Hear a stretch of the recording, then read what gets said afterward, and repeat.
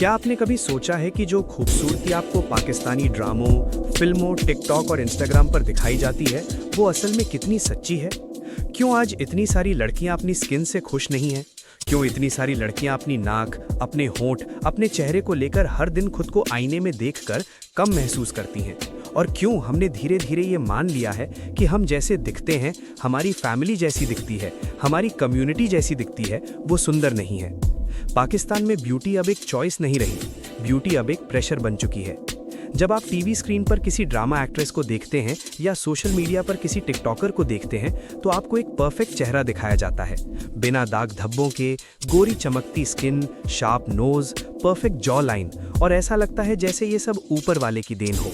लेकिन सच्चाई ये है कि आज के दौर में ये खूबसूरती गॉड गिफ्टेड नहीं, डॉक्टर गिफ्टेड बन चुकी है। पाकिस्तान की एंटरटेनमेंट इंडस्ट्री में बहुत सारी ऐसी कॉस्मेटिक प्रोसीजर्स नॉर्मल हो चुकी हैं जिनके बारे में खुलकर कोई बात नहीं करता।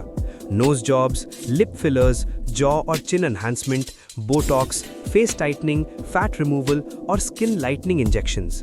फर्क बस इतना है कि इन्हें कभी खुले तौर पर एक्सेप्ट नहीं किया जाता। जब लोग सवाल करते हैं तो जवाब होता है वेट लॉस, अच्छी लाइटिंग, अच्छा मेकअप या फिर अल्लाह की नेमत। लेकिन जब आप पुराने और नए फुटेज को साथ रखकर देखते हैं तो कहानी कुछ और ही नजर आती है। सबसे खतरनाक झूठ यहाँ पर गोरी रंगत का है। पाकिस्तान में गोरी स्किन को खूबसूरती का सबसे बड़ा पैमाना बना दिया गया है। एक्ट्रेसेस और social media influencers fairness creams के एड्स करती हैं, नेचुरल ग्लो का दावा करती हैं, लेकिन असलियत में बहुत बार इसके पीछे ग्लूटाथायोन इंजेक्शंस और आईवी ड्रिप्स होती हैं। ये इंजेक्शंस असल में कैंसर और लिवर जैसी बीमारियों के ट्रीटमेंट के लिए बनाए गए थे, लेकिन रेगुलेशन की कमी की वजह से इन्हें स्किन लाइटनिंग के लिए इस्तेमाल किया जा रहा है। गलत डोज या गलत तरीके से लेने पर ये आपकी किडनी, हार्ट और यहाँ तक कि आपकी जान के लिए भी खतरा बन सकते हैं। कुछ कॉस्मेटिक सर्जरीज बाहर से जितनी ग्लैमरस लगती हैं, अंदर से उतनी ही खतरनाक होती हैं। जैसे ब्राजीलियन बट लिफ्ट, जिसमें शरीर के दूसरे हिस्सों से फैट निकालकर बटक्स में डाला जाता है।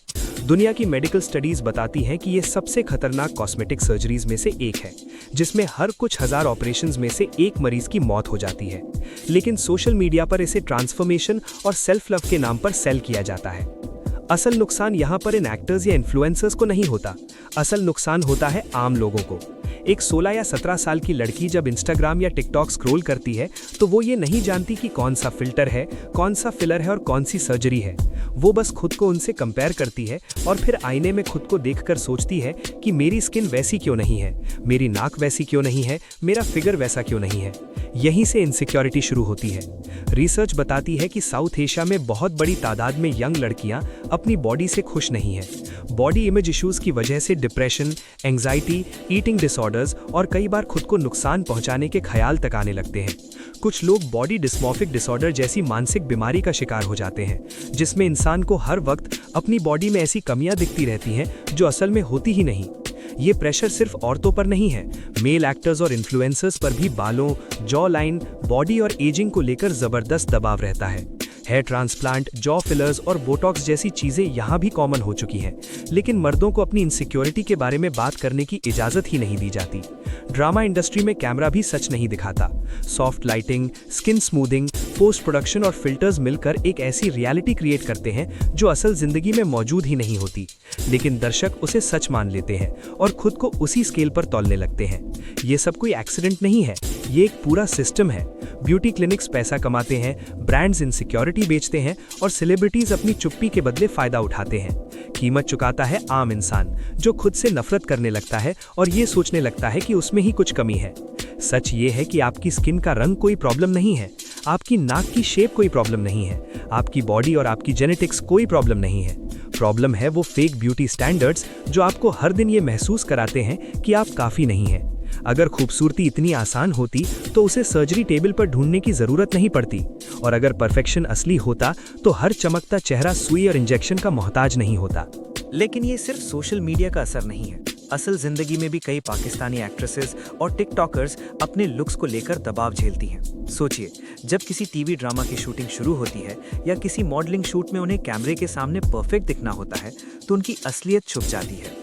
हुरमा शेख, सना जैन, अमीरा अली और अनम शाह जैसे नाम अब लोगों की नज़रों में उनकी स्क्रीन इमेज से ही जुड़ गए हैं, लेकिन ये स्क्रीन इमेज उनकी असली जिंदगी नहीं है। हुर्मा शेख ने कई इंटरव्यूज में बताया कि शूटिंग के दौरान उन्हें अक्सर बोटॉक्स और स्किन ट्रीटमेंट्स के लिए कहा जाता था, ताकि कैमरे पर उनका चेहरा बिना किसी शैडो और लाइंस के निखरा नजर आए। सना जैन ने एक बार सोशल मीडिया पर खुलासा किया कि इंस्टाग्राम पर दिखाए जाने वाले उनके लुक्स में 70% फोटोशॉप और फिल्टर्स होते हैं। उनके असली चेहरे में हल्की असमानताएं थीं, जिन्हें प्रोडक्शन टीम ने कैमरे पर परफेक्ट दिखाने के लिए एडजस्ट किया। इसी तरह अनम शाह और अमीरा अली जैसे टिकटॉकर्स भी अपने वीडियो में अपने होंठ, आंखें और स्किन टोन को फिल्टर और डिजिटल टूल से एडिट कर दिखाती हैं। दर्शक उन्हें हमेशा फ्लॉलेस देखते हैं, लेकिन ये फेक रियल ब्यूटी स्टैंडर्ड्स असली जीवन में लाखों युवाओं के आत्मविश्वास को प्रभावित करते हैं। बहुत सारे लोग ये मान बैठते हैं कि जो दिखता है वही हकीकत है। टिकटॉकर्स जैसे आयमा बेग और अलिशबा अंजुम भी इस दबाव का शिकार हैं। उन्होंने खुलकर बताया कि जब उनका कोई वीडियो वायरल होता है तो दर्शक सिर्फ उनके लुक्स पर कमेंट करते हैं, उनके टैलेंट या मेहनत की बजाय। इसी वजह से कई युवतियां और लड़कियां खुद को कम आंकने लगती हैं, और यही इंडस्ट्री और सोशल मीडिया की सबसे बड़ी साजिश है। ये सिर्फ छोटे मोटे बदलाव नहीं है। कई पाकिस्तानी एक्ट्रेसेस और इन्फ्लुएंसर्स ने अपने लुक्स को मेंटेन करने के लिए सर्जरी करवाई है। जैसे सादिया खान और मिनाल खान ने इंटरव्यू में माना कि उन्होंने अपनी नाक और चीक बोन को थोड़ा रीशेप करवाया, ताकि कैमरे पर उनकी प्रोफाइल और अधिक शार्प नजर आए। टिकटॉक स्टार जन्नत मिर्जा ने भी अपने वीडियो में सटल फिल्टर्स और मेकअप ट्वीक्स का इस्तेमाल करके एक फ्लॉलेस स्किन दिखाने की बात कबूल की। ये सब दर्शकों को ये इल्यूजन देते हैं कि ये नेचुरली इतनी परफेक्ट है, जबकि असलियत में ये भी कई कॉस्मेटिक ट्रिक्स और ट्रीटमेंट्स का हिस्सा है। असल खतरा सिर्फ सर्जरी या फिल्टर्स का नहीं है, बल्कि ये जो परफेक्शन का झूठ फैलता है वो आम लोगों की मानसिक स्थिति को पूरी तरह बदल देता है। 18-20 साल की लड़कियां जब इन पाकिस्तानी एक्ट्रेसेस और टिकटॉकर्स को देखती हैं तो वो खुद के चेहरे, बॉडी और स्किन को लेकर असुरक्षित महसूस करती हैं। वो सोचती हैं कि अगर उनका नाक थोड़ा अलग है, अगर उनके होंठ थोड़े पतले हैं, अगर उनकी स्किन पूरी तरह फ्लॉलेस नहीं है, तो वो खुद कम है। ये मानसिक दबाव धीरे धीरे डिप्रेशन, एंजाइटी और बॉडी डिस्मॉर्फिक डिसऑर्डर जैसी मानसिक बीमारियों का रूप ले लेता है। सोशल मीडिया पर लाइक्स, कमेंट्स और व्यूज की संख्या इस प्रेशर को और बढ़ा देती है। यहाँ तक कि टिकटॉकर्स जैसे निम्रा खान और दानिनेर मुबीन ने भी खुलकर बताया कि उन्होंने कभी-कभी वीडियो डालने से पहले अपनी स्किन के लिए फिलर्स और ट्रीटमेंट्स करवाई हैं, ताकि ऑडियंस का फर्स्ट इंप्रेशन परफेक्ट रहे। और ये सब सिर्फ एक्ट्रेसेस और इन्फ्लुएंसर्स तक ही सीमित नहीं है। आम लोग भी इस इल्यूजन का शिकार होते हैं। कॉलेज की लड़कियां, यंग प्रोफेशनल्स और सोशल मीडिया यूजर्स लगातार इन अनरियलिस्टिक ब्यूटी स्टैंडर्ड से खुद को कंपेयर करते हैं। इसके कारण उनकी सेल्फ एस्टीम कम होती है और कई बार लोग अपने असली चेहरे और बॉडी से नफरत करने लगते हैं। असलियत ये है कि पाकिस्तानी एक्ट्रेसेस और टिकटॉकर्स भी इस सिस्टम का हिस्सा हैं।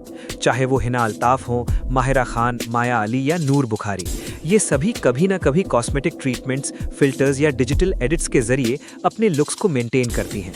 लेकिन उनके फैंस और फॉलोअर्स को ये सब नहीं पता, सिर्फ परफेक्ट इमेज दिखाई जाती है। और यही सबसे बड़ा खतरा है। इस इल्यूजन ने न केवल एंटरटेनमेंट इंडस्ट्री को बदल दिया है, बल्कि ये हर घर, हर युवा और हर टीनेजर तक पहुंच गया है। लोग खुद को मेजर करने लगे हैं, अपने आप को कम आंकने लगे हैं और लाखों लोग मानसिक रूप से प्रभावित हो रहे हैं।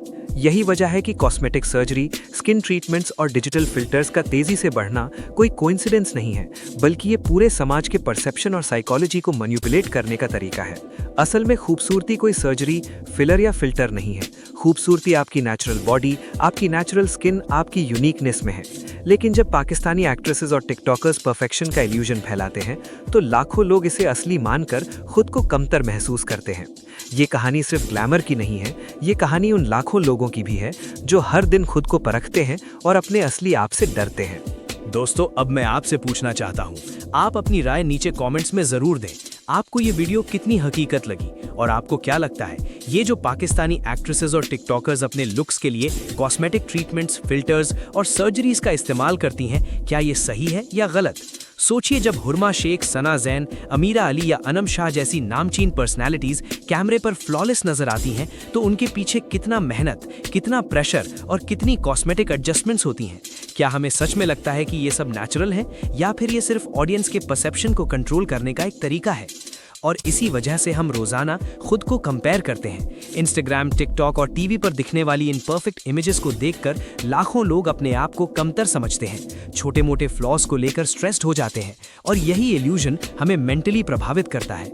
आपको क्या लगता है, क्या सेलिब्रिटीज का ये प्रेशर आम लोगों पर भी असर डालता है?